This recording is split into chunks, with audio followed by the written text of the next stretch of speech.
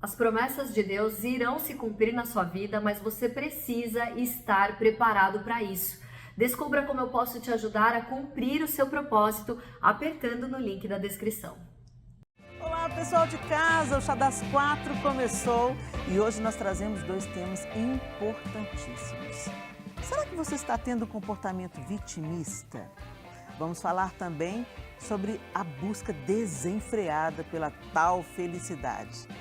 É impossível ser feliz o tempo todo, né, gente? Mas nem todo mundo entende isso. Então fica ligadinho aí que o nosso programa já está no ar.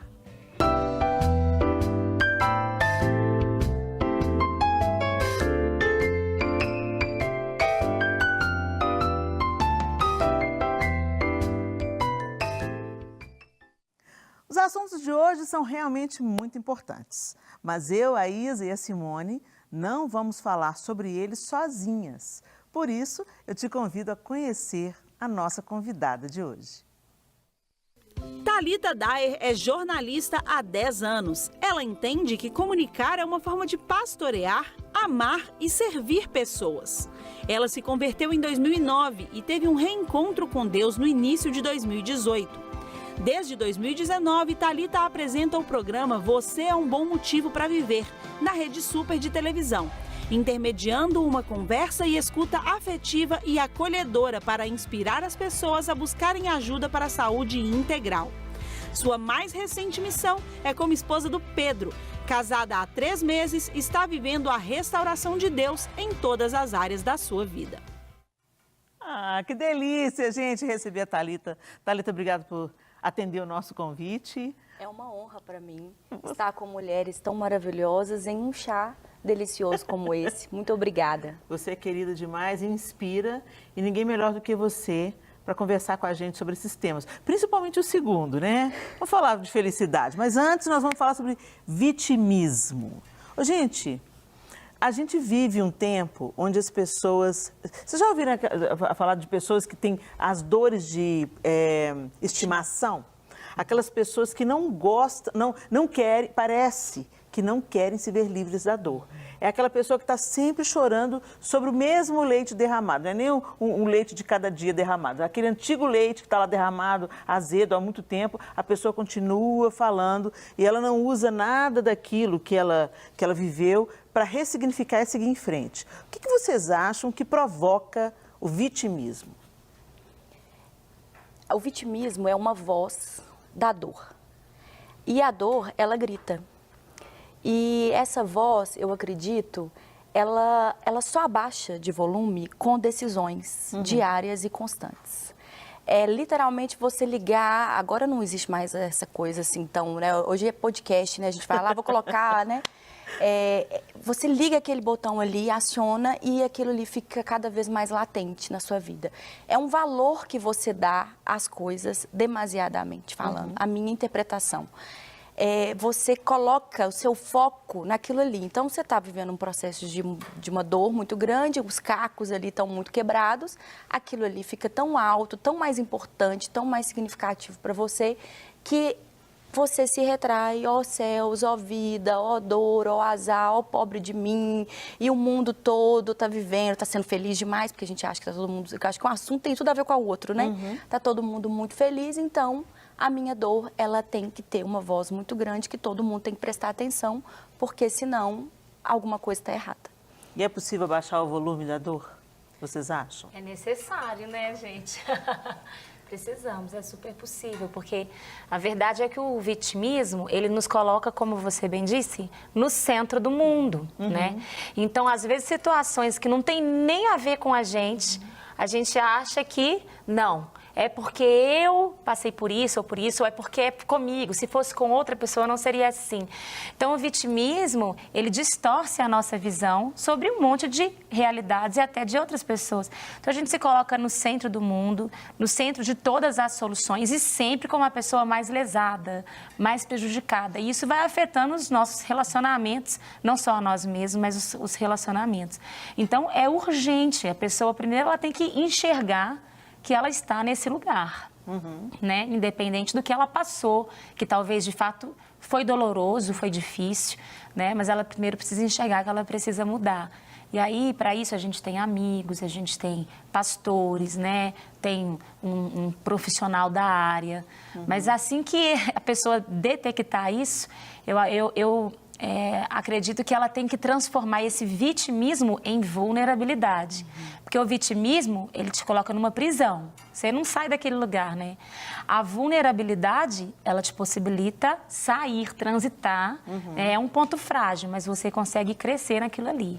Então, é extremamente importante, né? Fazer essa mudança de posição. Pode falar. O vitimismo, ele impossibilita a pessoa de crescer, né? Ela perde a oportunidade do crescimento, eu acredito, assim. Igual a Isa falou, a vulnerabilidade não, é diferente. Todos nós somos vulneráveis.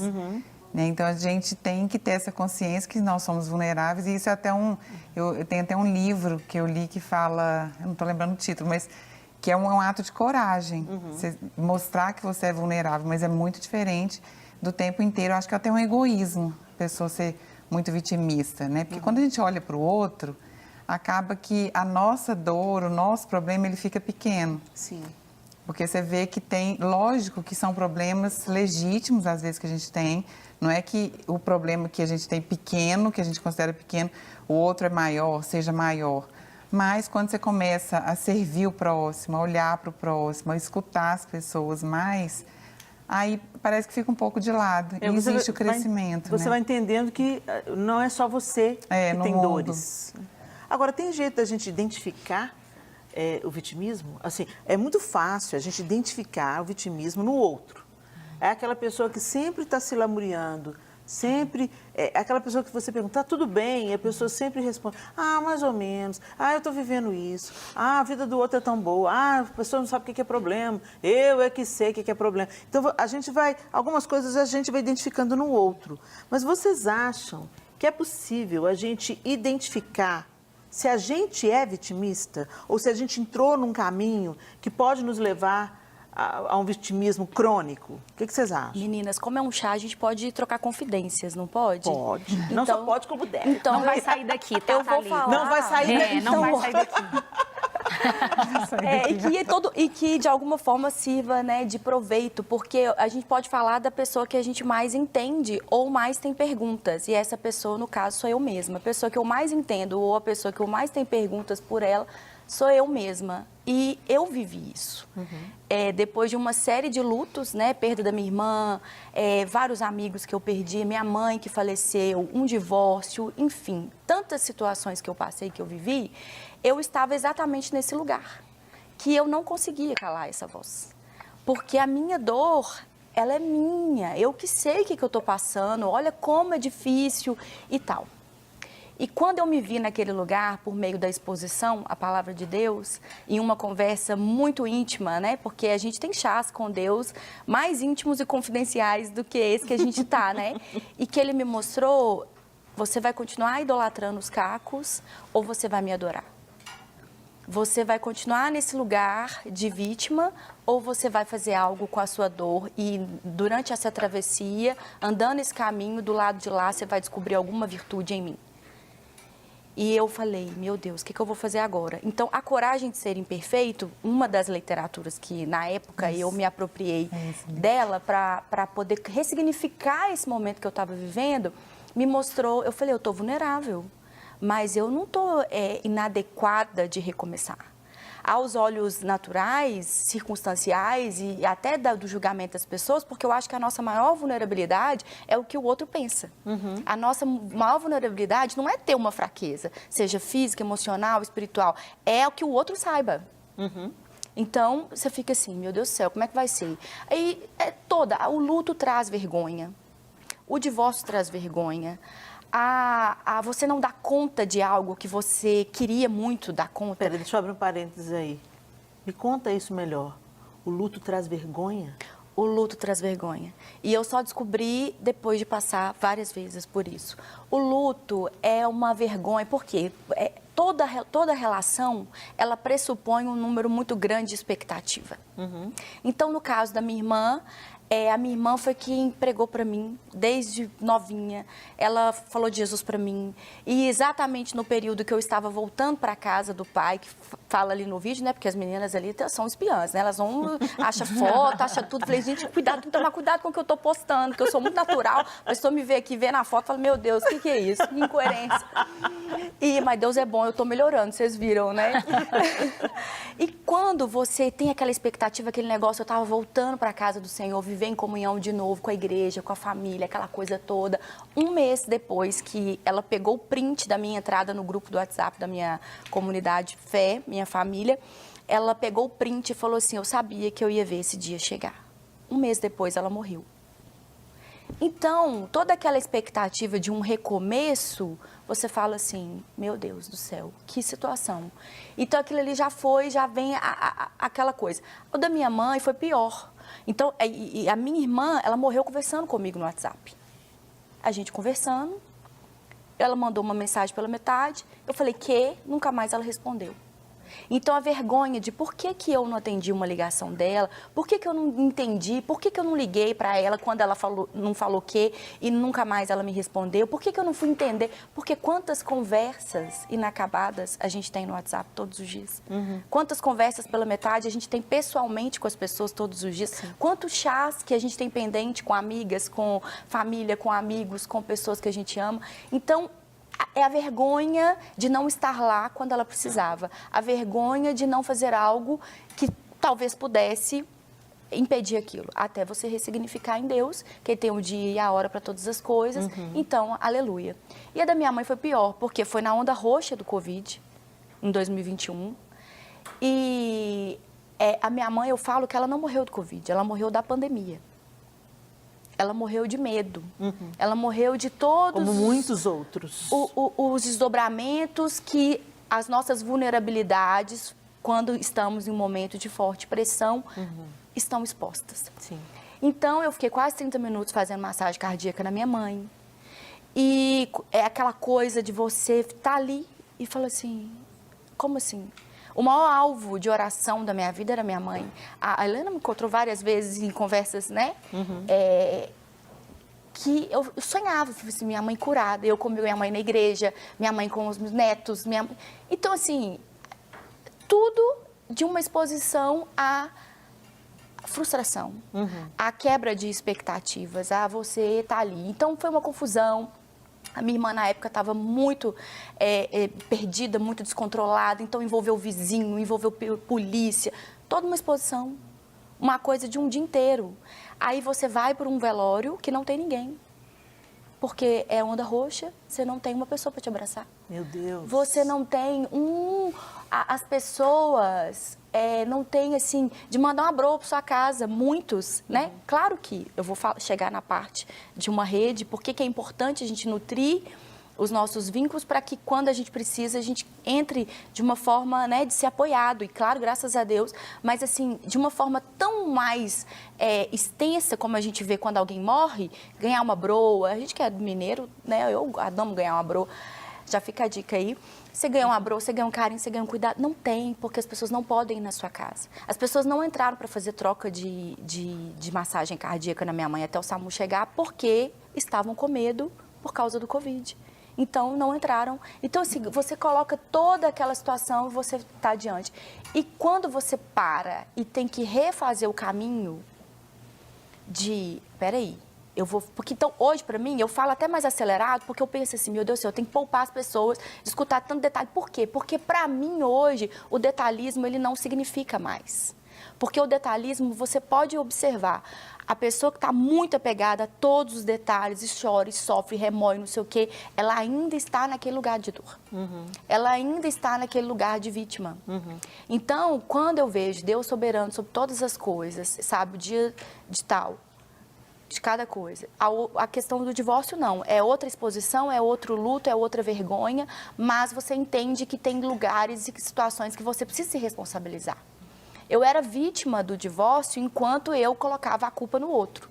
Quando Deus, numa madrugada, virou para mim e falou, essa aqui é você hoje. Eu falei, uai. Como boa mineira, né, a gente fala uai. Como assim? Essa sou eu hoje? Então, se essa sou eu hoje, eu tenho que andar um caminho que o vitimismo vai me impedir de avançar e de ser a mulher e a pessoa que Deus quer que eu seja. Então, eu falei muita coisa, lancei isso tudo aí, vamos ver. Você falou uma coisa muito legal, quer dizer, tudo que você falou, eu acho que tem proveito para o pessoal de casa, né? As pessoas se identificam, as pessoas vivem suas dores e às vezes você pensa assim, não, o que eu estou vivendo é muito difícil, mas aí você escuta só um relance assim da história da Thalita e pensa, uai, tem alguém também que sofreu muito. Entendeu? Por isso que é importante a gente dividir o que a gente venceu, o que a gente viveu e a gente venceu. Às vezes as pessoas falam assim, Helena, mas por que você fica contando essa história? Já passou, já superou. Passei, superei, mas outras pessoas não. E elas podem superar a inveja, elas podem superar a comparação. Então, eu já não tenho problema de contar isso, porque eu já venci, já é uma página virada na minha vida. Mas algumas pessoas estão no processo de virar a página, né? Agora, você falou uma coisa importantíssima. Você falou assim, no momento em que eu estava no meu tete-a-tete com Deus, a palavra me confrontou. Gente, é tão importante a gente entender que a religião não é suficiente para nos conectar a Deus, ok? Não é o fazer que o outro vê. A religião é aquilo... Eu pus uma autodefinição em religião, sabe, gente? Religião é o que eu faço supostamente para Deus, mas é para os outros. Então, eu quero que os outros vejam como eu oro, eu ergo as mãos, como os outros veem que eu dou oferta, como os outros veem que eu ajudo os pobres. Isso para mim é religião, só aparência, né? Relacionamento, isso é um autoconceito, tá, gente? Você vai no dicionário, religião, está falando de ser religado com Deus. Mas a gente está vivendo um tempo que muita gente, em nome de Deus, está fazendo um tanto de atrocidade. Então, por isso que eu fiz uma outra definição para definir bem as coisas dentro de mim, para que eu mesma entenda isso. E o relacionamento não. O relacionamento é quando você vai para a Bíblia, porque você precisa ouvir Deus. Porque você quer conhecer Deus. Porque a palavra de Deus é a parte do diálogo que Ele fala. Então as pessoas vão lá bater o ponto na Bíblia, né? E às vezes, numa dessa de bater ponto, Deus fala também, né? Porque Ele é misericórdia e amor. Mas eu queria que vocês entendessem, pessoal de casa, e vocês também, meninas, e eu também, Helena, que foi no momento em que você estava na construção do seu relacionamento com Deus, através da exposição às Santas Escrituras, é que a palavra te confrontou. Deus te perguntou, Deus te revelou, Deus te mostrou, Deus te consolou, isso tudo através da palavra. Isso foi um divisor de águas, Thalita? Total. E a minha religião, a minha religiosidade não me impediu de desviar. Não me impediu de fazer péssimas escolhas, não me impediu de tomar decisões, inclusive até pelo casamento anterior, pautada em coisas que não são os valores eternos que deveriam nortear a nossa decisão de um casamento para sempre.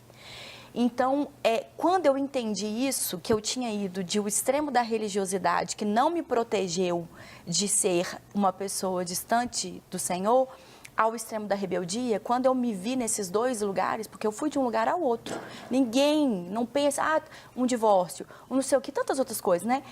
Ninguém chega num lugar desse, rebelde. Rebelde que eu estou dizendo, não é rebelde. Às vezes você está na igreja rebelde. Às vezes você está lendo a Bíblia rebelde, porque você lê a Bíblia porque alguém tem que ver que eu estou postando no Instagram que eu li a Bíblia hoje. Mas eu não tive uma conversa real com Jesus. Sim. O religar, né, a da Deus... religião. É isso. É a aparência que não sustenta. A aparência não me sustenta no dia do caos. A aparência não me sustenta diante da minha mãe estirada no chão do quarto dela. A aparência não me deixa imune a um divórcio, que era, assim, a coisa que eu mais sonhei na vida, um casamento e tal, e você sobreviver, porque muitas mulheres estão hoje nos ouvindo amarguradas, estão hoje nos ouvindo numa posição que não é a posição que Deus tem para elas. Vivendo no passado, num tempo que não é o tempo, porque o tempo que o pastor Márcio fala isso, né? Eu tenho sonhos para 100 anos, mas eu só tenho hoje para viver. Então, eu olhei e falei assim, eu não quero ficar aqui nesse caquinho, esse caquinho é pequeno, esse caquinho é limitado, esse caquinho é uma versão de mim, que exposta às mãos do oleiro, ele pode fazer de novo. ele faz melhor. E eu falei, Deus, eu falava assim, eu não acredito que o Senhor consegue aproveitar isso. Porque eu não aproveitaria. Se o Senhor me der qualquer coisa quebrada desse jeito, eu vou juntar, colocar na sacola e jogar fora. Mas não é assim que ele faz. E ele não pega uma colinha, ai, vou ficar colando aqui. Aí todo mundo tem aquela cola, como é que chama? Aquela cola lá. Super Bond. Super Bond na porta da geladeira. Todo mundo tem.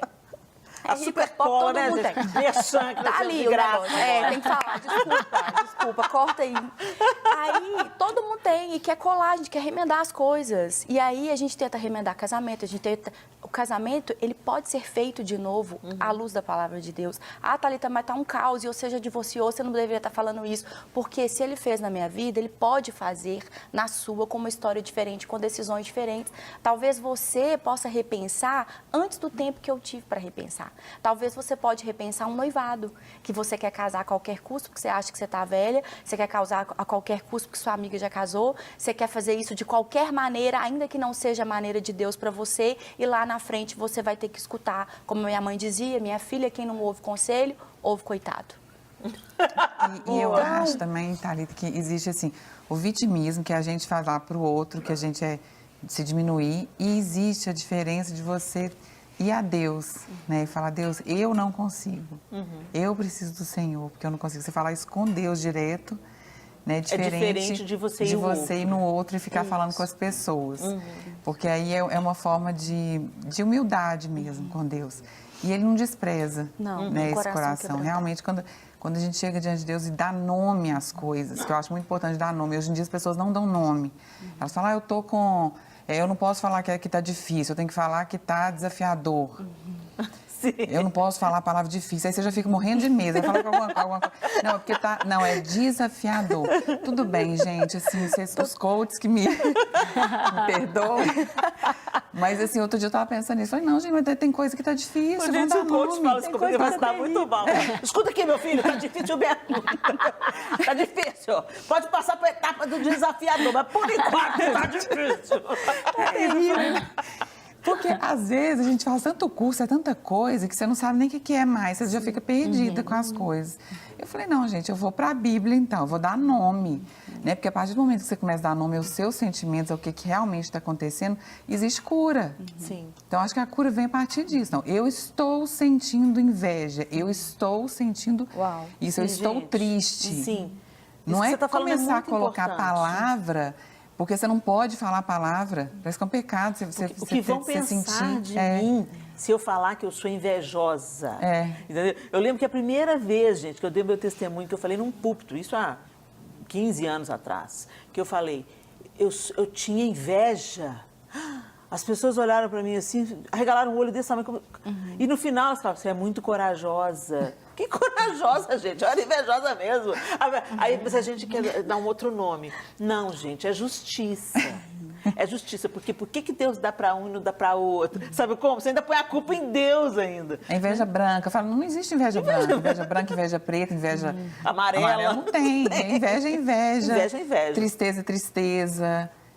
Dificuldade é dificuldade. Não tem. Então, as pessoas estão muito camuflando as coisas, os sentimentos. Por isso que não está tendo cura.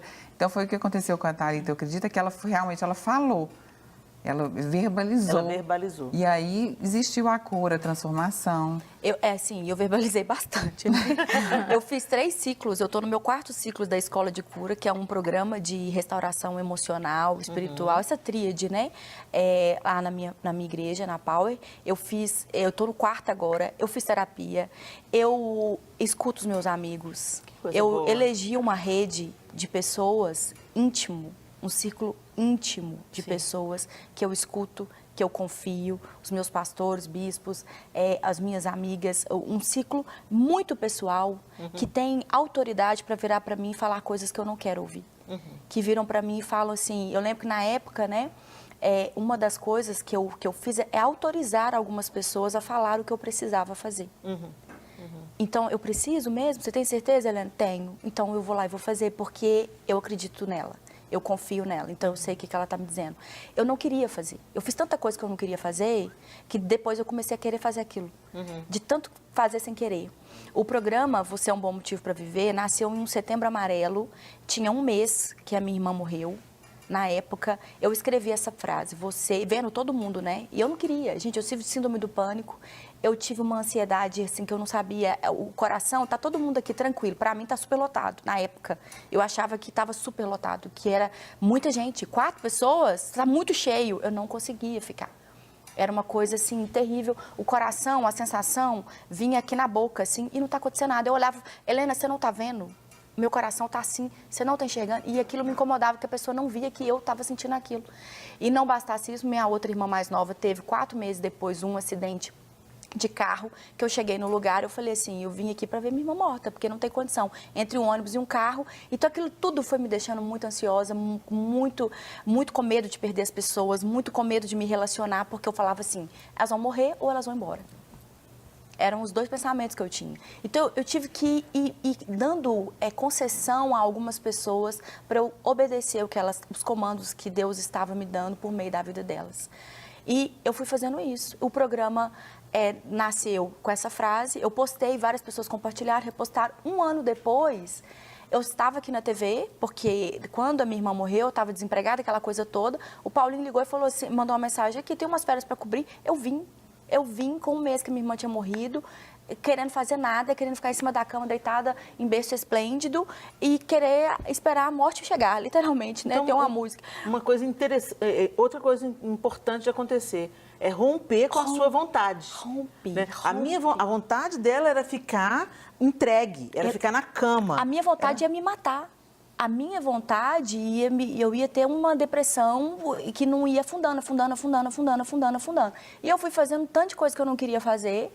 O programa nasceu. Gente, se você pegar a primeira temporada, você vai ver e falar assim, a menina está realmente perturbada, precisando do programa. Eu precisava do programa.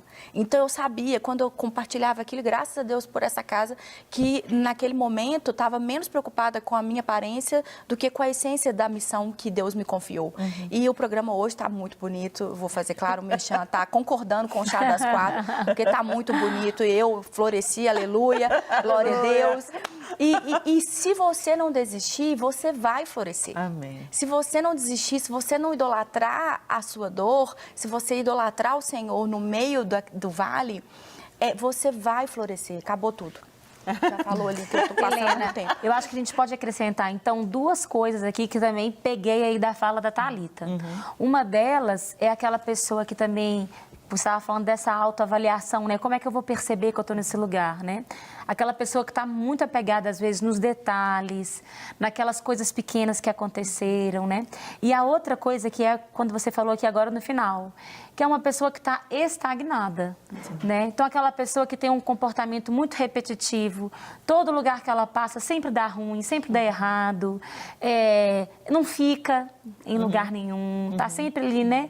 Porque é sempre o erro, o problema está no outro lugar. Nunca ela consegue fazer essa avaliação de, peraí, tem alguma coisa também em mim, porque eu que sou a figurinha repetida nesses lugares, né?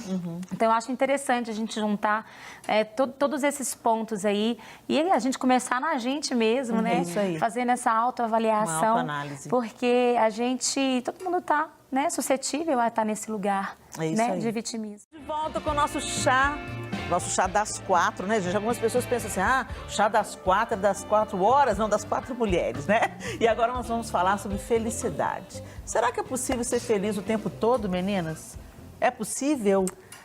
Não, tudo passa, né, Helena? Tudo passa. A vida é cíclica, né, gente? A vida é cíclica. Até porque se a gente for feliz o tempo inteiro, a gente vira um bobo alegre. Isso, vira um bobo da corte. Acho que não tem jeito, né, gente? Acho que até a Bíblia fala sobre isso, né? Que nós temos as aflições, né? Que nós temos que vencer. Mas dá para vencer, eu acredito, com leveza. Acho que leveza é importante a gente ter. Ser feliz o tempo todo, não. Mas ter leveza, porque senão tudo já é muito pesado. Sim. Né? Na vida, as coisas, tudo que acontece, né? Tantas pessoas têm problema, nós temos tantos desafios, né? Tantas dificuldades. Não, Simone, você não tem problema, você tem desafios. Tem desafios diários, assim. Então, nós vamos vencendo os desafios, de glória em glória. Agora, é interessante que essa história do você merece ser feliz é uma frase que a gente vê estampando o nosso tempo. né? Eu já vi isso escrito em camiseta, para-choque de caminhão, em adesivos de carro, em bottom. Você merece ser feliz. Todo mundo merece ser feliz, mas a gente tem que entender que a vida, como eu falei, é cíclica. E que tem dias que são dias tristes. São dias cinzas, né? Tem dias cinzentos, tem dias desafiadores, tem um gigante na sua frente e você não sabe como é que você vai vencer aquela situação que você está atravessando. A própria palavra diz também que há tempo para todas as coisas. Tem o tempo de chorar, tem o tempo do luto, né? Tem o tempo de guerrear. Então, a gente precisa discernir os momentos, né? O que a gente não pode perder, o que eu acredito, é o foco, né? Porque o foco, ele vai nos manter, nos ajudar a conduzir os nossos sentimentos a irem para frente. Então, eu estou triste. Ok, mas eu vou pegar a minha tristeza e isso vai virar um trampolim, um degrau para eu seguir com a vida, né? Sim. E qualquer sentimento que seja, a gente vai fazer esse mesmo esforço. Mas falar que todo mundo é feliz o tempo todo, não. A gente aprende tanto quando a gente não está sorrindo, né? Exatamente. Se a gente for pensar ainda na palavra bendita do Senhor, nas Escrituras, há mais sabedoria na casa onde há luto do que na casa onde há festa. Se a gente fazer uma análise sincera com a nossa história, a nossa trajetória... Eu me lembro que uma vez eu fiz uma oração absurda. Quem nunca? Nós e nossas orações absurdas. Eu falei, quando Deus, a gente passando assim um perrengue, um aperto financeiro, os 4 meninos pequenos, né? Só o João trabalhando como professor, muitos desafios e questões. E eu falei, Deus, eu queria dar para os meus filhos tudo que eu não tive. Eu fiz essa oração. Eu queria dar para os meus filhos tudo que eu não tive. E o Senhor me respondeu de uma maneira tão doce e imediata. Sabe aquela voz de Deus dentro de você que não tem como ter vindo dos seus pensamentos, das suas ideias, das suas elaborações? Porque eu estava num questionamento com Deus. Então, naquele momento, eu não tinha condição nenhuma de dar essa resposta para mim mesma. E a resposta veio, por quê? Inclusive, o que você não teve fez de você quem você é. E eu comecei a pensar em todas as coisas que eu não tive, que me tornaram uma mulher mais forte, mais resiliente, mais perseverante, que me ajudou a dar uma volta assim, nas situações complicadas, porque não era a primeira vez que eu estava lidando com aquilo, né? Então eu falei, meu Deus, é verdade, eu estou orando uma bobagem, eu estou orando uma besteira. Porque, sim, nós como pais queremos dar boas dádivas aos nossos filhos, mas, inclusive, motivados por esse mote de que os nossos filhos têm que ser felizes. Os nossos filhos têm que ser felizes. Eles não estão sabendo lidar com frustração. As crianças não sabem encarar quando o não chega. Porque papai e mamãe protegeu de tudo. Eu quero dar, eu já vi, depois que eu fiz essa oração, eu vi essa frase repetida na boca de outras mães. E eu usei a minha resposta de Deus para falar com elas. Mas por quê? Por quê? Entendeu? É claro que nós, como pais, não vamos lá provocar, ir aos nossos filhos, nós não vamos lá fazer uma maldade, abusar os nossos filhos, né? Mas a gente não pode estragar o processo. Se você dá água demais para a planta, você mata ela. E assim é com as crianças também. Então a gente vê esse mote de você merece ser feliz estragando os casamentos. Ah, chegou a estação ruim no casamento, chegou o inverno, contas a pagar, desemprego, crianças pequenas, atração, o fogo da paixão, deu aquela esfriada, né, e tal. E aí você pensa, acabou. O amor acabou. Não acabou o amor, acabou sua vontade de cultivar o amor. Acabou sua vontade de investir no relacionamento. Acabou sua vontade E a gente não pode ser dominado pela nossa vontade, gente. Até porque, né, Helena, a visão de felicidade do mundo hoje é muito diferente e muito distante do que é felicidade bíblica. Na prática e bíblica, né? A felicidade hoje, ela está muito ligada ao ter, às conquistas, né? E a gente sabe que não é assim a vida, né? A gente tem que encontrar, inclusive, a felicidade das coisas pequenas. Das coisas pequenas. E sobre essa questão da oração, é muito interessante, eu li um texto recente sobre isso, que fala sobre essa questão da valorização do esforço, né? Que chamou o Bosque, que era um senhor que queria construir um bosque, só que ele não regou as plantas. E aí, assim, a vizinha achou que ia dar tudo errado. Ela viajou, quando ela voltou, depois de anos, ela revisitou e viu que tinha um bosque. Ela falou, gente, o que é isso? Aí ela lembrou do senhor, foi lá na casa dele e falou, como é que surgiu esse bosque que você não regava? E aí ele foi e falou assim, eu não regava porque eu queria que, como eu queria um bosque, eu queria que aquela sementinha tivesse força para não pegar a água de cima, mas para encontrar a água no profundo, para que ela criasse raízes profundas e que fosse um bosque forte. E aí falava exatamente o fim da reflexão desse texto, falando que nós deveríamos mudar as orações. Em vez da gente orar pedindo que Deus nos livre das dificuldades, né, dos desafios, que Deus nos torne pessoas mais fortes, filhos resilientes, filhos preparados. Depois que eu li isso também, eu mudei a minha oração em relação aos meus meninos, né? Eu peço para Deus livrá-los do homem mau, eu peço para Deus os livrá-los de outras coisas, mas aquilo que é da vida, eu falo, Deus, fortalece, porque eles vão viver. Sim. Os ventos vão vir, a tempestade vai vir. Sim, então a gente tem que ter esse olhar, né? Sim, de muita atenção mesmo. Muito interessante isso, a gente mudar o tom da oração, né? A gente vai ouvir a opinião masculina, gente? Porque todo programa nós temos a opinião masculina aqui no Chá, que é o nosso contraponto. Nós vamos escutar o cantor Felipe Barros. Vai lá, Felipe, fluir. Fala pra gente.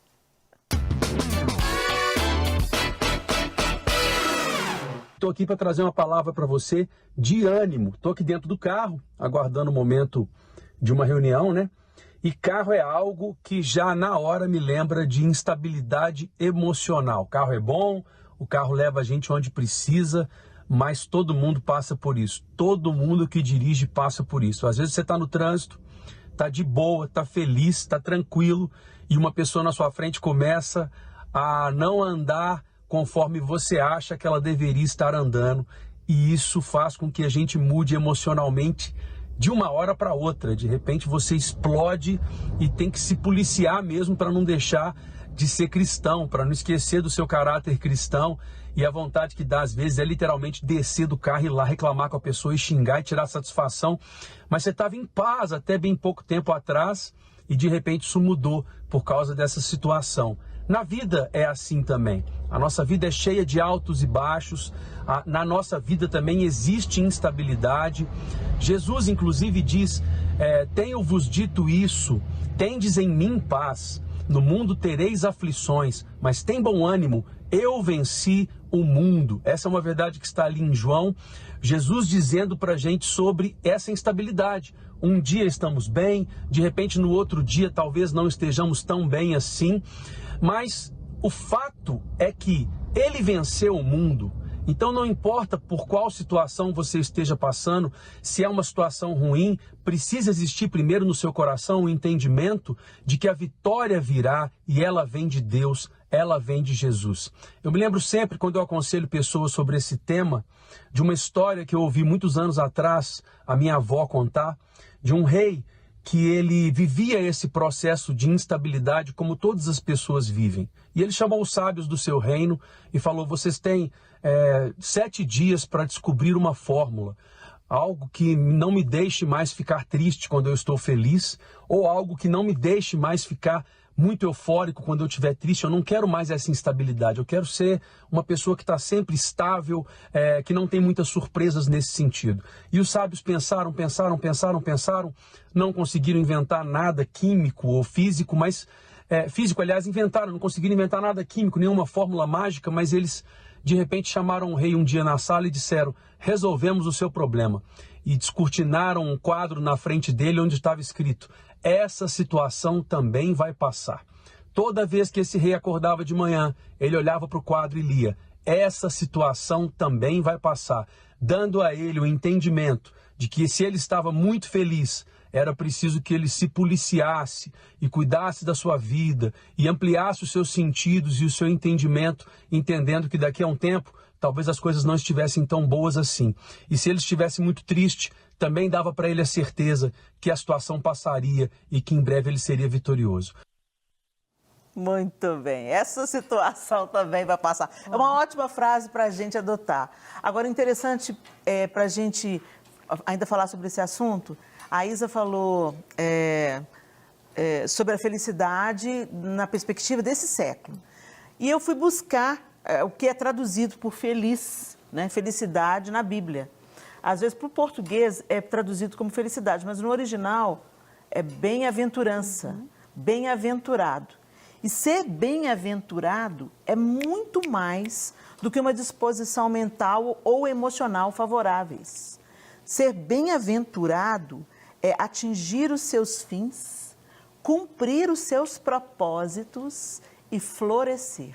Olha que perspectiva totalmente diferente. Com certeza. A felicidade bíblica da felicidade que esse mundo propõe. O florescer vem como a consequência. Então, eu atinjo os meus fins, eu cumpro o meu propósito. Então, eu vou nutrir o meu casamento, porque, por exemplo, o casamento não é só sobre o casal, mas é sobre a geração vindoura, né? Então, eu vou cuidar, eu vou buscar atingir os meus fins, cumprir os meus propósitos dentro do casamento. E aí, a consequência é o florescer, né? Se os dois entram no casamento com essa ideia, dificilmente vai dar errado, né? E assim, em tudo mais na vida. Eu estou usando o casamento como uma ilustração, mas na criação dos filhos, nos outros tipos, nas amizades, no trabalho. Às vezes as pessoas, nossa, esse trabalho está muito ruim, ninguém se encaixa em nada. Está procurando a igreja é muito ruim, tudo é ruim. Peraí, gente, né? Atinja os seus fins, cumpra os seus propósitos. A gente assume muito uma postura de eu quero ser feliz, então vem, me dê, me sirvam. Façam alguma coisa feliz, por né? mim, né? E esquece que o processo tem mais a ver com a nossa participação e a construção, o esforço, a perseverança, a resiliência, para que a gente venha florescer, né? Eu lembro que a minha mãe dizia assim, minha filha, o ruim passa e o bom também passa. E ter essa mentalidade faz a gente perceber que, de fato, eterno é o Senhor. E, às vezes, a gente quer, nesse conceito de felicidade, a gente procura estabilidade. Estabilidade. Mas, na verdade, não é isso que as pessoas procuram. Elas querem segurança. A gente quer que... Aqui, eu não quero perder o controle, né? Nada que me faça perder o controle. E segurança nós só temos no Senhor. Nós não podemos colocar a nossa segurança em algo que a gente vai perder. Com essa ideia de eu mereço ser feliz, eu não tenho que nada, eu fiz as maiores bobagens e os maiores arrependimentos da minha vida. E aí eu entendi qual que era a raiz, o que eu queria? O que eu queria por felicidade? Eu queria segurança. Eu queria segurança de que eu ia ter provisão, eu queria segurança de que eu ia ser amado, eu queria segurança de que eu ia realizar aquilo que a Bíblia diz que eu vou realizar. Segurança é só no Senhor. E aí você perde felicidade porque colocou a segurança no lugar errado. Então, é o caminho de voltar para casa. Eu falo que esse momento que a gente está vivendo é pior do que eu querer ter as coisas. Porque querer que tá tudo bem, você trabalha, você tem, legal. Só que a gente quer aparecer que tem. E se você aparece que tem, um dia a tristeza vai vir, porque se não existe um fundamento, se realmente não existe algo tangível ali, se realmente não existe uma paz no seu coração, se realmente não existe uma esperança, se realmente não existe uma alegria, isso vai faltar e logo você vai ficar desestabilizado, porque esse pedaço faltou. Eu costumo dizer, a Isa falou sobre resiliência, que resiliência é a moça que insiste em continuar passando o café. O que eu quero dizer com isso? Felicidade, resiliência está na vida cotidiana.